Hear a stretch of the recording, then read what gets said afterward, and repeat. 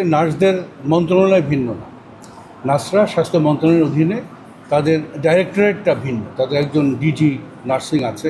কিন্তু এই নার্সকে যখন পোস্টিং দেওয়া হয় একটা হসপিটালে, এই নার্স কাজ করে হসপিটালের যিনি প্রধান, এই প্রধানের অধীনেই কাজ করে। যেমন শেরেবাংলা চিকিৎসা মহাবিদ্যালয়ের যে হাসপাতাল আছে, সেখানে যদি কোনো নার্স পোস্টিং হয়, তাহলে নার্সের কিন্তু ইমিডিয়েট বস হলো তার মেট্রন, বা মেট্রনের বস হলো ওই হাসপাতালের পরিচালক। তো এইটা সঠিক না, যা নার্সদের ডিপার্টমেন্ট আলাদা থাকায় তারা জবাবদিহিতা, এখানে কোনো সমস্যা আছে, এর কোনো সমস্যা না। আমাদের এটা প্রধান সমস্যা, এক নম্বর সমস্যা হলো যে আমাদের এই হসপিটালগুলোতে অকুপেন্সি রেট, রোগী থাকার কথা তার থেকে 3 থেকে 5 গুণ বেশি রোগী থাকে। সুতরাং একজন ডাক্তার বা নার্স বা অন্যান্য স্বাস্থ্য যারা কর্মী আছেন তাদের উপরে অস্বাভাবিক প্রেশার থাকে, এটা 1 নম্বর।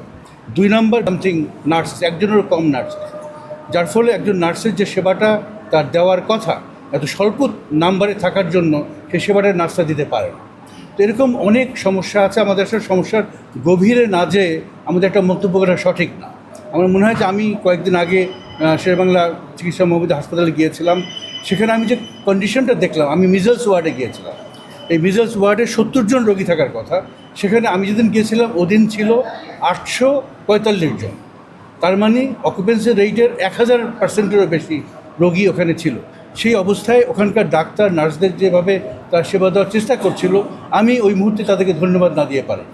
সুতরাং আমাদেরকে আসলে দেখতে হবে যে আমাদের হাসপাতালগুলোতে নার্সদের স্বল্পতা, ডাক্তারদের স্বল্পতা, অন্যান্য স্বাস্থ্যকর্মীদের স্বল্পতা, এই স্বল্পতা থেকে আমরা কীভাবে কাটিয়ে উঠতে পারি।